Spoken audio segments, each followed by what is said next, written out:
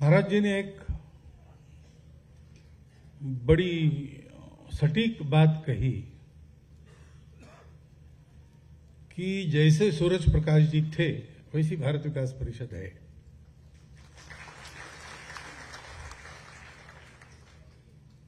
उनके शताब्दी के समापन समारोह में हम उनको स्मरण कर रहे,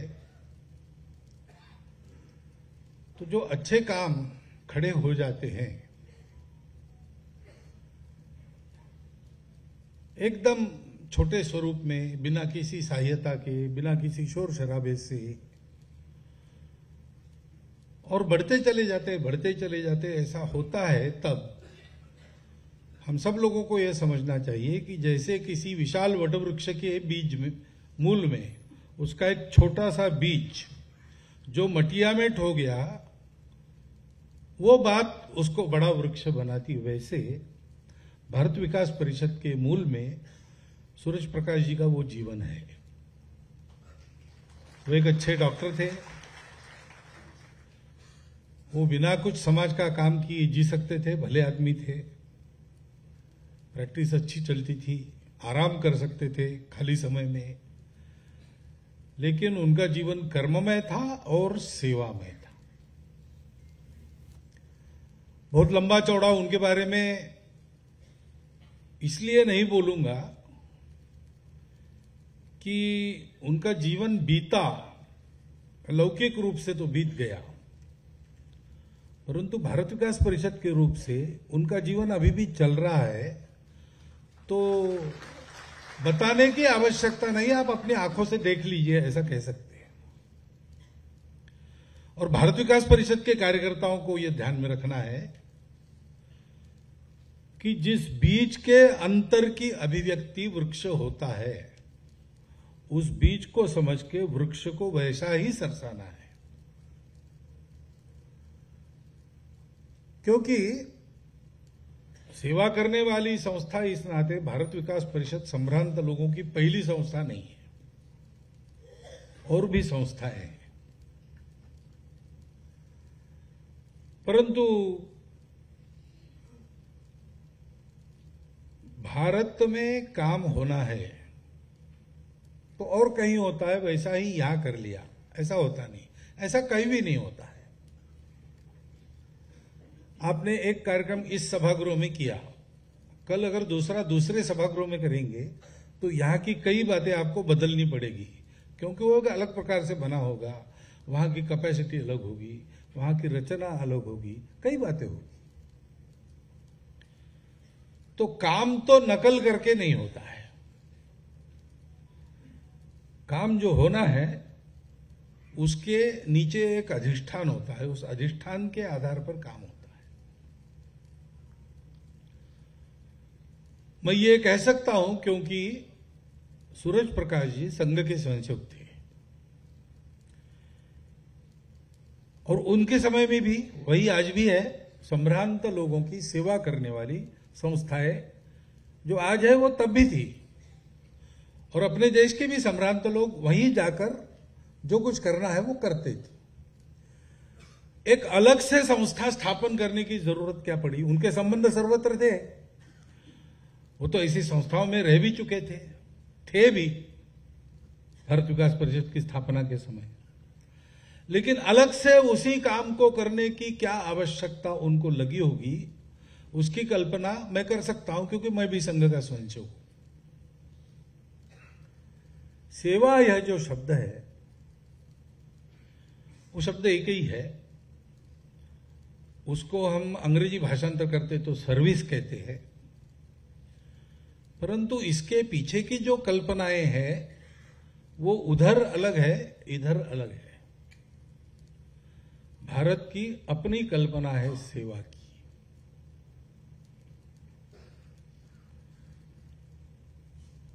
तो लौकिक भाषा में ही बोलना पड़ता है, तो मैं भी वैसे ही बोलूंगा, आप भी वैसे ही बोलेंगे। अपने समाज में सेवा की बड़ी आवश्यकता है, परंतु अपने देश में ऐसा वाक्य नहीं कहा जाता। अपनी परंपरा में जो सेवा करता है उसको सेवा करने की आवश्यकता होती है। अपने देश में इतना सारा समाज है, उसके पास सुविधाएं नहीं है, शिक्षा नहीं है, स्वास्थ्य के लिए व्यवस्था नहीं, ये बातें सही है और वो देनी चाहिए, ये भी सही है। लेकिन हम नहीं करेंगे तो कोई और करेगा, ये भी सही है। हमने नहीं की, किसी और ने की, ये भी हम देख रहे हैं। तो सेवा की आवश्यकता तो हमको है। वो हमारे यहां ऐसा कहते हैं कि स्वामी विवेकानंद कहते थे कि ये दरिद्र नारायण और मूर्ख नारायण तुम्हारे सामने है, विनम्रता पूर्वक उसका वंदन करो। क्योंकि एक बार वो अपनी कल्पनाएं बता रहे थे। हम जानते हैं स्वामी विवेकानंद पहले से विश्वासी व्यक्ति नहीं थे, वो स्केप्टिकल थे।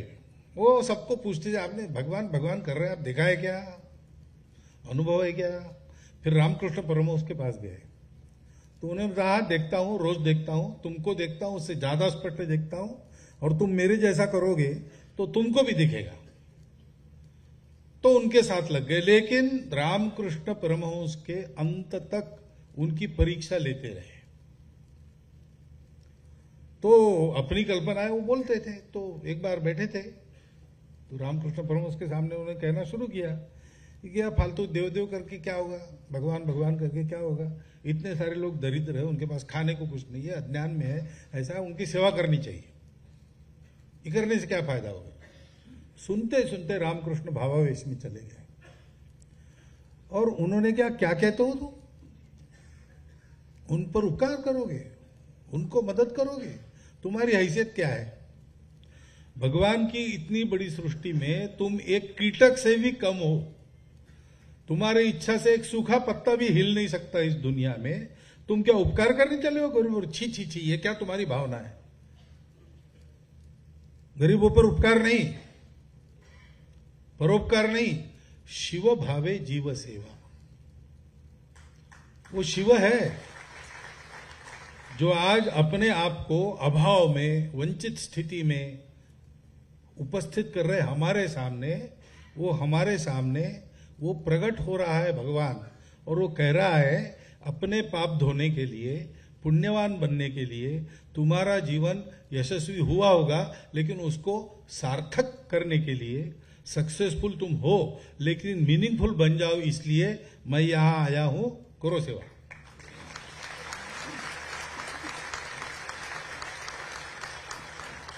ये हमारी भारत की कल्पना है सेवा की, और इसलिए हमारी सेवा में अहंकार नहीं रहता। और हमारी सेवा, जिनकी हम सेवा करते, उनको सदा लेने वाले नहीं रखती, उनको लाचार नहीं बनाती, वो लेने वालों को देने वाले बनाती है। मराठी में कविता है, देने वाला देता जाए, लेने वाला लेता जाए, लेते लेते लेने वाले ने देने वाले के हाथ ले लेने चाहिए, ऐसी एक कविता है मराठी। हमारी सेवा ऐसी रहती है, जो सेवित है उसको सिंह बनाने की सेवा है। वो हमारे है, वो हमारे अपने हैं, वो हमारे आराध्य है, वो हमारे साथ होने चाहिए, हमारे पीछे नहीं होने चाहिए। ये हमारा सेवा का जो संकल्पना ये हमारी जो है, वो एक अलग प्रकार की है। हमारी सेवा में स्वार्थ तो होता ही नहीं। स्वार्थ दुनिया में वास्तविक सेवा करने वाले किसी के मन में नहीं होता है। अब आजकल व्यापार का जमाना है, सभी बातें बेचने की हो गई तो सेवा भी कहीं कहीं बेचने की हो जाती है, वो बात अलग है। लेकिन सर्वत्र प्रामाणिक सेवा करने वाले लोग हैं, प्रामाणिकता रहती है, निस्वार्थ बुद्धि रहती है, स्वार्थ नहीं रहता, कोई मजबूरी नहीं रहती आदमी जब सेवा करने के लिए जाता है। लेकिन अहंकार रह सकता है, वो अहंकार नहीं रहना चाहिए। क्योंकि सृष्टि में भगवान ने जो रखा है और उसका उपयोग करके हम जो बनाते हैं, वो केवल अपना नहीं है। तो मुख्य अतिथि जी ने एक बड़ी महत्वपूर्ण बात की हम सब लोगों के लिए कि हम लोग संपत्ति उत्पन्न करने वाले हैं, जमा करने वाले हैं, लेकिन उसके मालिक नहीं है, हम उसके ट्रस्टी हैं।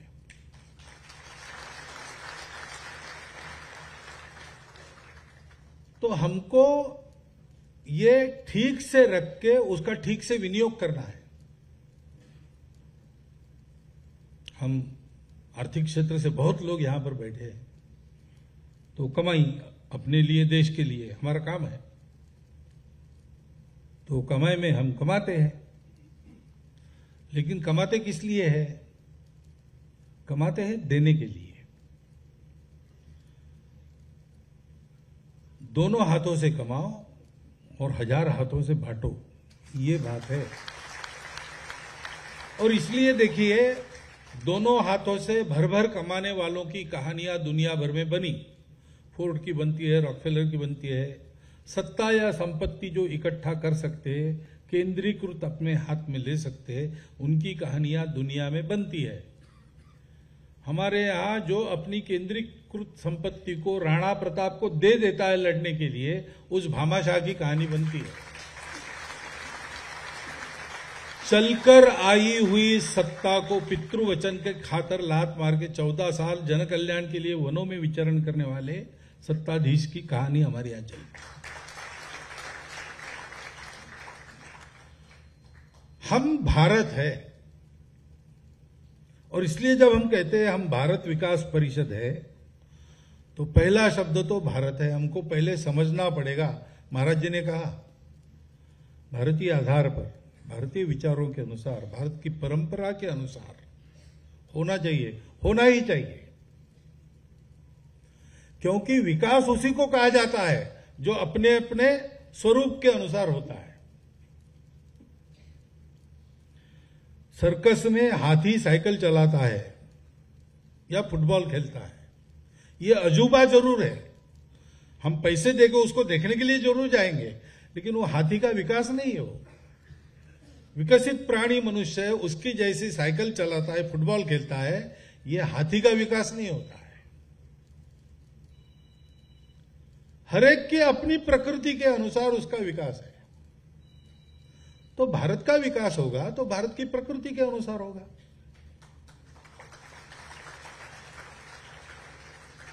और इसलिए भारत में जो कल्पना है विकास की, वो एकदम अलग है। दुनिया की विकास की कल्पना थोड़ी सी एकांगी हो जाती है। अब उनका दोष नहीं है, उनके पास जो सत्य आया वो अपूर्ण सत्य है, अधूरा है। 4 में से 3 तत्व उनके पास है, इसलिए उनके करने में भी दम है। वो पश्चिम का है, इसलिए छोड़ो उसको, हका लो, ऐसा नहीं कर सकते। लेकिन ये जरूर समझना पड़ेगा कि उनके करने में अपूर्णताएं हैं, क्योंकि उनके पास 4 में से 3 साधन है, शरीर, मन और बुद्धि। इनको जोड़ने दोष नहीं है। उनके पास जो सत्य आया वो अपूर्ण सत्य है, अधूरा है। 4 में से 3 तत्व उनके पास है, इसलिए उनके करने में भी दम है। वो पश्चिम का है, इसलिए छोड़ो उसको, हका लो, ऐसा नहीं कर सकते। लेकिन ये जरूर समझना पड़ेगा कि उनके करने में अपूर्णताएं हैं, क्योंकि उनके पास 4 में से 3 साधन है, शरीर, मन और बुद्धि। इनको जोड़ने वाला क्या है? उनके पास नहीं है। उनको पता है अर्थ पुरुषार्थ, पता है काम पुरुषार्थ, उनको पता है मोक्ष पुरुषार्थ का भी पता है। वहां भी साक्षात्कारी पुरुष हो गए, परंतु इन तीनों को साथ चलाने वाला उनको धर्म पता नहीं है।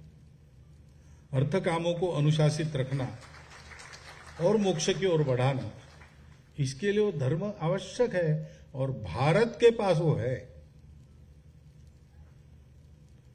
भारत के पास वो है। भारत धर्मप्राण देश है। तो भारत का विकास का आधार क्या होगा? केवल आर्थिक ऐसा नहीं है। धर्म है, धर्म है, किसी को नकारता नहीं है। धर्म वो है, वो सबको स्वीकार करता है। धर्म वो है, वो किसी भी अतिवाद पर नहीं जाता, वो मध्यम मार्ग पर चलता है। धर्म वो है जो संतुलित होकर चलता चलाता है। धर्म जीवन की धारणा करता है। धर्म इसलिए इहलोक में और परलोक में सुख देता है। प्रारंभ में, अंत में, मध्य में, सर्वत्र धर्म आनंददायी होता है। जीवन की धारणा उसके आधार पर, वो हमने आपने बनाया नहीं है, वो है। आप मानो न मानो, आप उसके अनुसार चलो, आपको फल मिलेगा। नहीं चलो, नहीं मिलेगा। उसमें सबका विचार है। देखिए, शिबी राजा की कहानी आप सबको पता है। उनके दरबार में कबूतर आया, बाज पीछा कर रहा था, भागते भागते आया, प्राणों के मोह से आया, भय के कारण होश उड़ गए थे। राजा को कहा कि मुझे आश्रय चाहिए। राजा ने उसको छुपा लिया। प्रजा है राजा की, शरण देना राजा का धर्म है।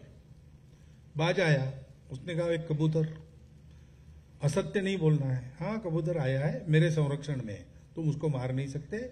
मैं राजा हूं, ये मेरी प्रजा है, उसका संरक्षण करना मेरा काम है, मेरा धर्म है।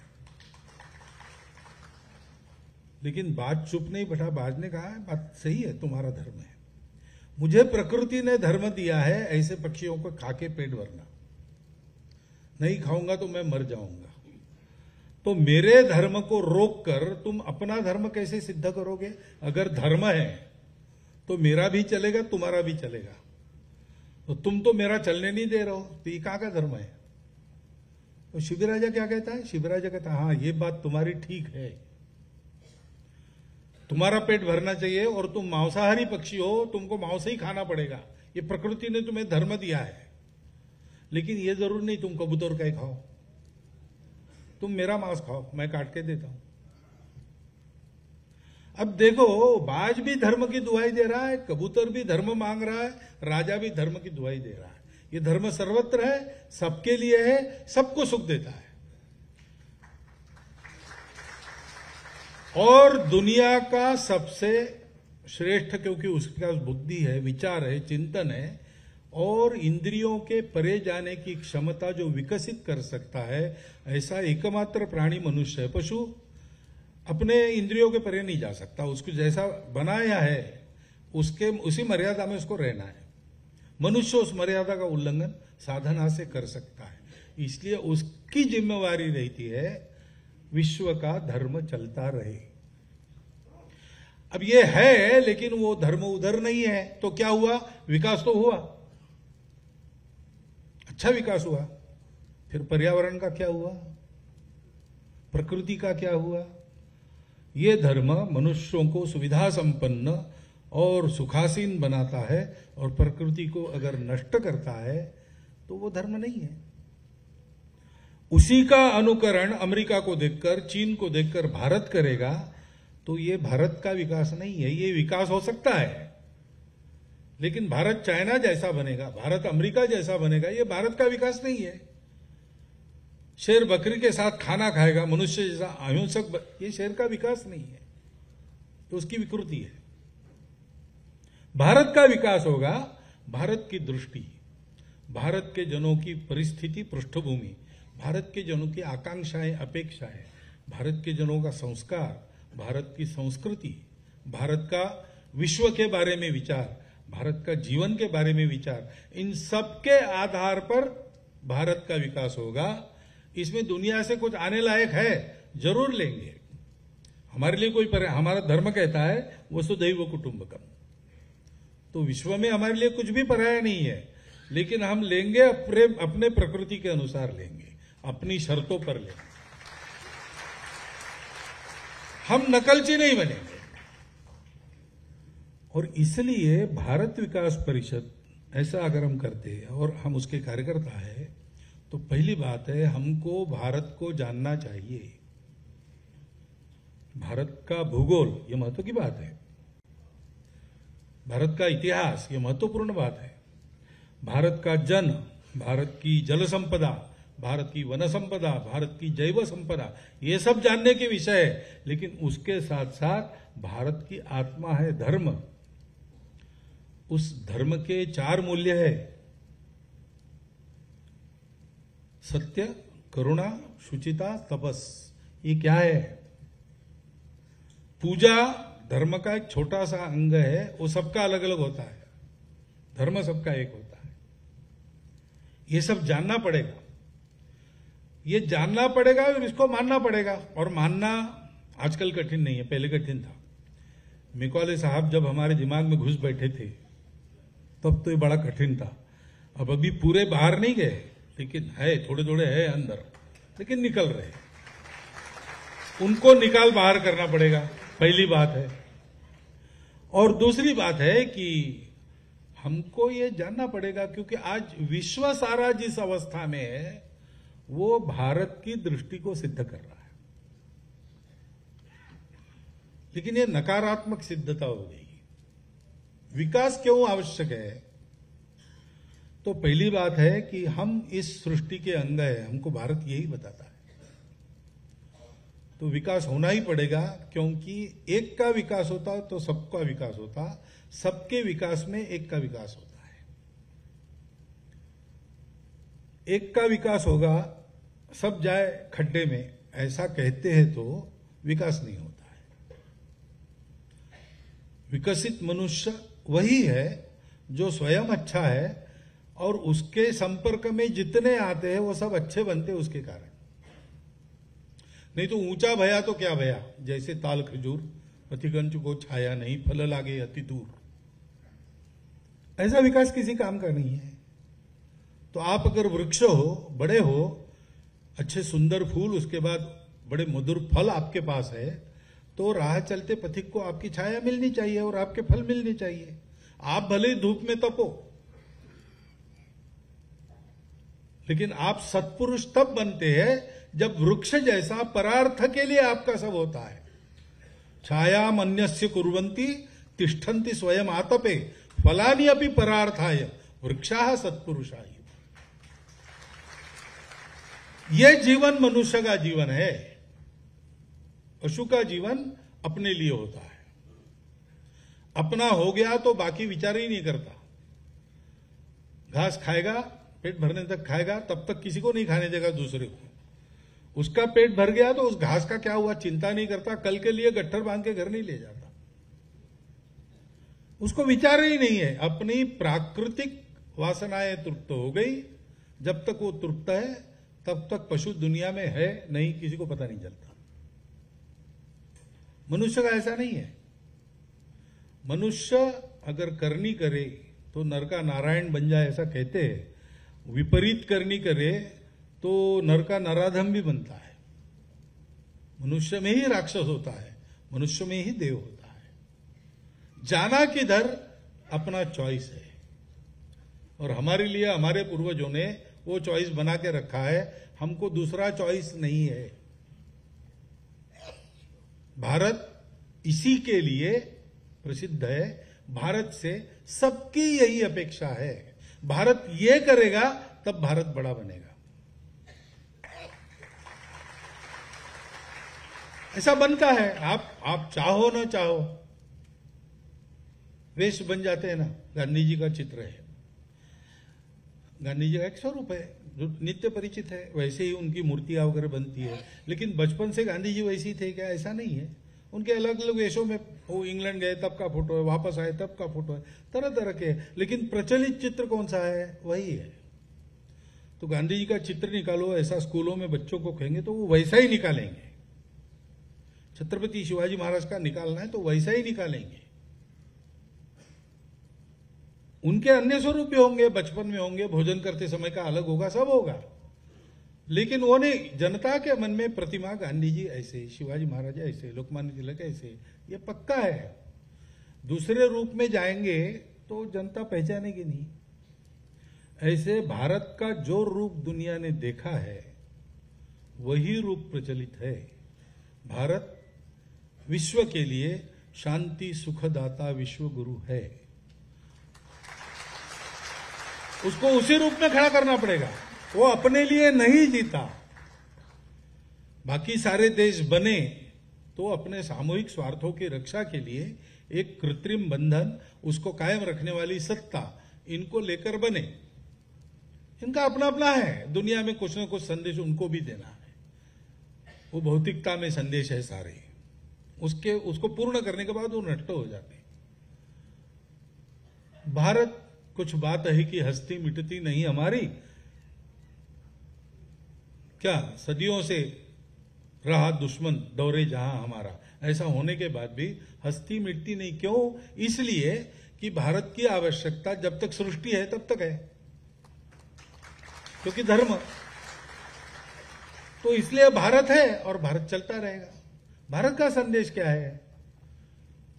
एतद्देश प्रसूतस्य सकाशादग्र जन्मनाथ स्वं स्वं चरित्रम शिक्षेरन पृथिव्याम सर्व मानव।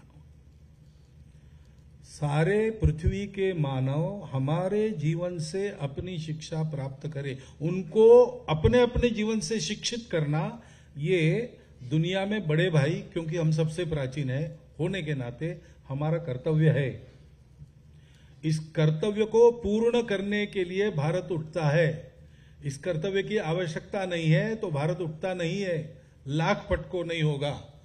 और इस कर्तव्य की आवश्यकता उपस्थित हो गई तो अगर पिछले 100 साल में हम लोगों का जो चरित्र रहा, जो करतूतें रही हमारी, उसका डाटा कंप्यूटर को फीड करेंगे तो वो कहेगा कि इनको तो दुनिया में होना ही नहीं चाहिए, ऐसे लोग हैं ये। लेकिन हम है और हम अच्छे होते चले जा रहे, गुणों में भी और स्थिति में भी, क्योंकि उसकी आवश्यकता है, दुनिया मांग रही है। तीसरा उपाय चाहिए, ये करके देख लिया, वो करके देख लिया, व्यक्ति को व्यक्तिवादी बनकर देख लिया, समाजवादी बनकर देख लिया, ईश्वर को मानने वाले बनकर देख लिया, नास्तिक बनकर देख लिया, विज्ञानवादी बनकर देख लिया, लेकिन कहीं पर हमारी समस्याएं कम नहीं होती, उलट नई नई समस्याएं खड़ी हो जाती। तो हमारे सब प्रयोग 2000 साल में हमने जो किए वो अधूरे रह गए और अपयशी हो गए। अब रास्ता हमारे पास नहीं है, एक ही है भारत। और इसलिए भारत का विकास दुनिया की आवश्यकता है और हमारी आपकी तो है ही, क्योंकि हमारा तो रोज का अनुभव है ना। अब बताए हमारे प्रमुख अतिथि ने क्या क्या हो रहा है भारत में।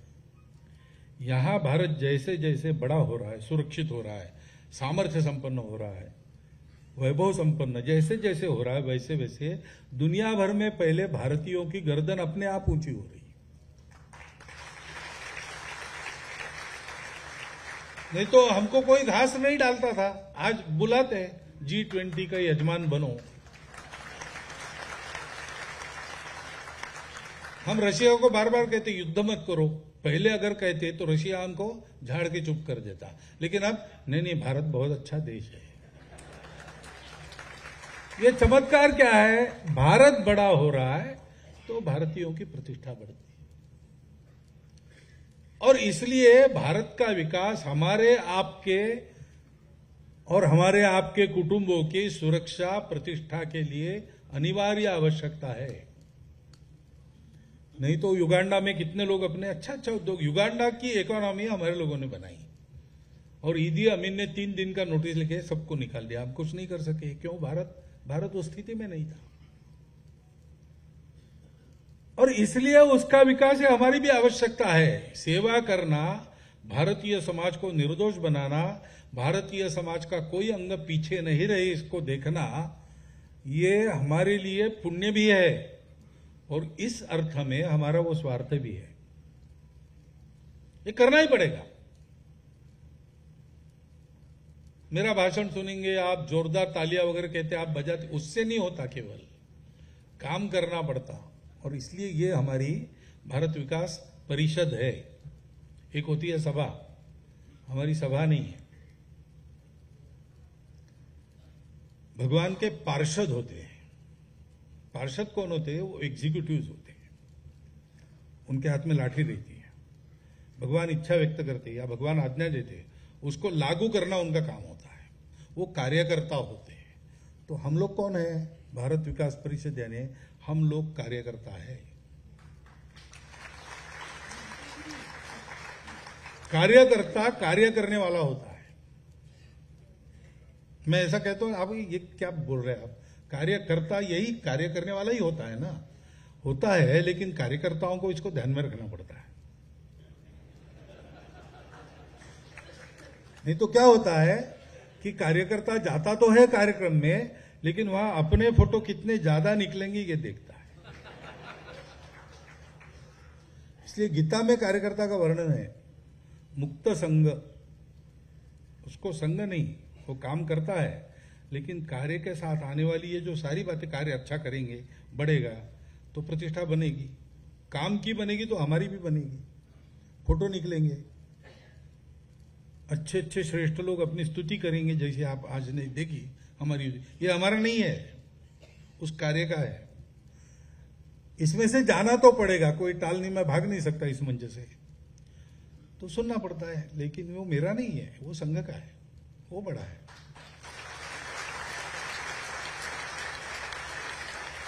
हमारा संघ अपने कार्य के साथ, केवल अपने कार्य के साथ है और कुछ नहीं। उपाधि में से जाना पड़ता है लेकिन उपाधि में अलिप्त रहना पड़ता है, मुक्त संघ होना पड़ता है, और ये तब होता है जब हम अनहमवादी होंगे। मैं करूं, छोटे बच्चे को रहता है ना, स्वाभाविक मनुष्य का जन्म होता है तब से अहंकार उसको चिपका है, इसलिए छोटे बच्चे को कंधे पर लेकर आप एक लाइट जलाओ, वो कहता नहीं नहीं मैं करता हूं, फिर से बंद करवाएगा, फिर अपने हाथ से वो बटन ऊपर जाता नहीं, इतनी ताकत नहीं है, हम उसका हाथ पकड़ के करते, लेकिन फिर से एक बार मैं करूं, ये रहता है, ये मैं हमको चिपका है, उसको छोड़ना, इससे परे जाना, करेंगे हम। मैं कौन हूं? मैं कोई नहीं, मैं एक बिंदु हूं, परिपूर्ण सिंधु है। बिंदुवत रहना, सिंधु के साथ मिलकर सागर का बिंदु एक छोटा सा अलग हो जाए, कितने दिन रहेगा? 1 सेकंड भी नहीं रहेगा, भाप होके उड़ जाएगा। तो हम में विलीन होना, सबके साथ काम करना, जिम्मेवारी उठाने के लिए मैं हूं, पुरस्कार उठाने के लिए मैं नहीं हूं। पीछे रहकर काम करूंगा, कम से कम दिखूंगा, और कंपलसरीली दिखने का काम करना पड़ता है, काम बड़ा होता है तब। तो वो काम करते समय ध्यान में रखना, लोगों को दिखूं तो मैं न दिखूं, मेरा काम दिखे। मेरा काम यानी वो जो काम जिसका मैं अंग हूं वो दिखना चाहिए। अनहमवादी रहना और धृति और उत्साह का समन्वय चाहिए। काम बढ़ता है, बड़े धैर्यपूर्वक प्रतीक्षा करके चलना पड़ता है, एकदम नहीं होता है, हवा में काम नहीं होता, परिश्रम से होता है, और फल समय आने पर होता है। माली सींचे 100 घड़ा, ऋतु आए फल हो। इसलिए पेशेंस सबसे बड़ी महत्व की बात है। Distance between success and failure is 3 feet है। इसे एक कहानी पड़ी, तो एक आदमी की नौकरी गई अमेरिका में, बैंक में था, कुछ गलती हो गई, हाथ से निकाल दिया, और बैंक को शंका थी कि ये गड़बड़ वाला है। उन्होंने सबको नोटिस भेज दिया कि इनको निकाला है ऐसे ऐसे आरोप में, इनको नौकरी मत देना। तो सारे रास्ते बंद हो गए। अब वहां पर ऐसा है कि पैसा नहीं है तो कोई भी नहीं है, तो फिर पत्नी ने भी घटस्फोट दे दिया। जाते समय अपने खाउटी के लिए बंगला कार सब ले गई। अब इसका कुछ है नहीं, $111 जेब में और शरीर पर कपड़े, क्या करेगा? इतना निराश हो गया कि अब मैं मरूंगा, आत्महत्या करूंगा। लेकिन अब आत्महत्या करूंगा उसके पहले $111, तो अब जितनी चयन कर सकते हो उसकी करूंगा और फिर मर जाऊंगा। इसलिए ला वेगास गया। वहां जानते हो आप वहां क्या होता है? जुआ होता है, जुआ खेलेंगे। पहुंच गया, शाम को पहुंचा, कल जाएंगे, आज आराम करेंगे। लेटे लेटे इवनिंग न्यूज़पेपर्स पढ़ रहा था, तो उसमें एक नीलाम की नोटिस देखी। वो तो रेगिस्तान है लास वेगास, वहां किसी माइनिंग कंपनी को मिला थोड़ा सा मैंगनीज। तो वहां यहां मैंगनीज है तो यहां खनन करना चाहिए। 2-4 और कंपनी को साथ लेके उन्होंने एक जॉइंट 2 किलोमीटर लंबा, 2 किलोमीटर चौड़ा ऐसा गड्ढा खोदा। अब 250 फीट चले गए, मिला ही नहीं कुछ। तो अब क्या करना? अब नहीं मिलेगा, नहीं मिलेगा, करना क्या? ये रेगिस्तान का 2 किलोमीटर और 250 फीट गहरा गड्ढा कौन लेने वाला है? वो क्या, इसका नीलाम करेंगे, जो भी होगा, जितना आएगा आएगा, अब तो पैसा गया ही मिट्टी में। तो उन्होंने नीलाम की नोटिस दी थी। अब इसने भी सोचा कि चयन करने के पहले जरा बोल के देखते क्या होता है। अब गया तो ये अकेला ही था वहां, तो गड्ढा खरीदने कौन आएगा? तो $75 में उसने खरीद लिया। फिर मजदूर आ गए, साहब हमको आज शाम 5 बजे तक का मेहनताना मिला है, काम जारी रखे कि अब छोड़ के चले जाए, क्योंकि काम तो बंद करना ही है, यहाँ कुछ नहीं मिलेगा। उसने कहा नहीं, पैसा लिया है ना, 5 बजे तक खोदो। तो और 3 फीट खोदने के बाद जो सैंपल मिले उसमें मैंगनीज था। यह फिर से अरबपति बन गया। रीडर्स डाइजेस्ट में कहानी आई है, सत्य कथा ऐसा उनका कहना है, मुझे मालूम नहीं नाम वगैरह। उसका शीर्षक यह है, distance between success and failure is 3 feet. 3 feet के लिए कंपनी छोड़ के चली गई, सारा गया। और ये मरने वाला आदमी 3 फीट के लिए धैर्य पकड़ के बैठा, अरबपति बन गया। तो धैर्य भी चाहिए, उत्साह भी चाहिए। धैर्यपूर्वक शिवाजी महाराज ने प्रतापगढ़ पर प्रतीक्षा की, खूब बदनामी हुई, शिवाजी भाग गया, शिवाजी छुप गया, ऐसा कुछ नहीं हुआ था। वो प्रतीक्षा कर रहे थे कि ये मेरे इसमें आ जाए, फिर देखता हूं। और अफजल खान आ गया उस जंगल में, पूरा समाप्त कर दिया। उसके बाद 3 महीने के अंदर बीजापुर के दरवाजे तक स्वराज्य फैलाया। तो जो शिवाजी कुछ न करते हुए इतने महीने यहां बैठे थे, वो 3 महीने में इतना विस्तार करके वापस आए। धृति और उत्साह का उत्तम उदाहरण। और इतना करने के बाद भी आखिर ऋतु आए फल होए, ये तो है ही।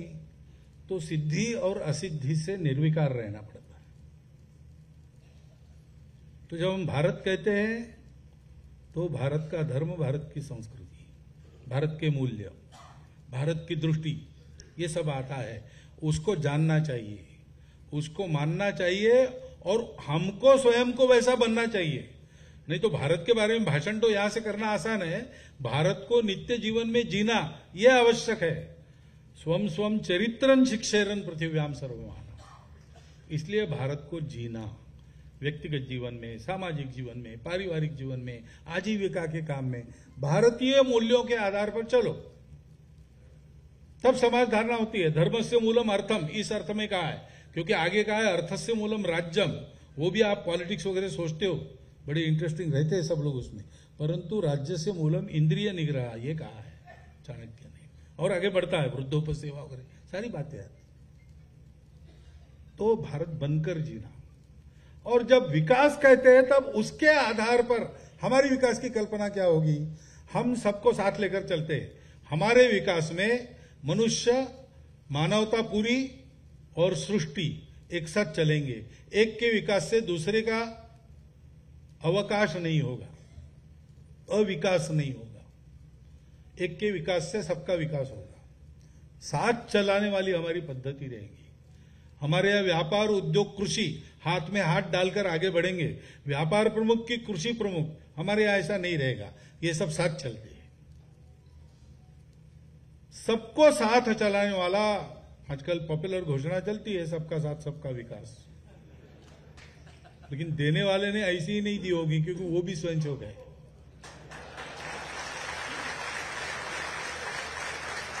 तो ये विचार उसके मूल में, मस्तिष्क में होगा ही। वास्तव में हमारा विकास, हम विकसित होंगे, दुनिया के सारे देश साथ चलेंगे, आपस में लड़ेंगे नहीं। हम बलशाली बनेंगे तो हम चीन, अमेरिका, रशिया जैसा डंडा नहीं चलाएंगे। हमारे कारण डंडा चलाने वालों के डंडे बंद हो जाएंगे। और ये सब करना है, ये कल्पना बड़ी अच्छी है, आप तालियां वगैरह पीटते, लेकिन ये होना है तो हमको सक्रिय होना पड़ेगा, हमको काम करना पड़ेगा। और काम करना है तो ऐसा करना पड़ेगा। इसलिए सूरज प्रकाश जी स्वयं मटिया मेट होकर भारत विकास परिषद को एक वटवृक्ष बनाकर गए। वो वटवृक्ष क्या है हमको समझना चाहिए, और उसके पुष्प, फल, बीज बनकर हमको इस वटवृक्ष का भरपूर विस्तार करना चाहिए। शताब्दी का समापन हमारे संकल्प से होगा। हमने ये संकल्प लेना चाहिए और इस वृक्ष का विस्तार करना चाहिए। उसमें से समर्थ भारत, उसमें से संपन्न भारत, उसमें से सदाभावी, सद्भावी भारत, और सारे विश्व को सदाचरण सिखाने वाला भारत खड़ा होना चाहिए। तब भारत विकास के कार्य की भी हम सफल सांगता कर सकेंगे। वो दिन अपने परिश्रम से हमको पास लाना है, हो सके तो इसी देह में इन्हीं आंखों से उस दिन को देखना है, वैसा आपको देखने को मिले, ये शुभकामना देता हूं और 4 शब्द मेरे समाप्त। वीके न्यूज, राष्ट्र के नाम।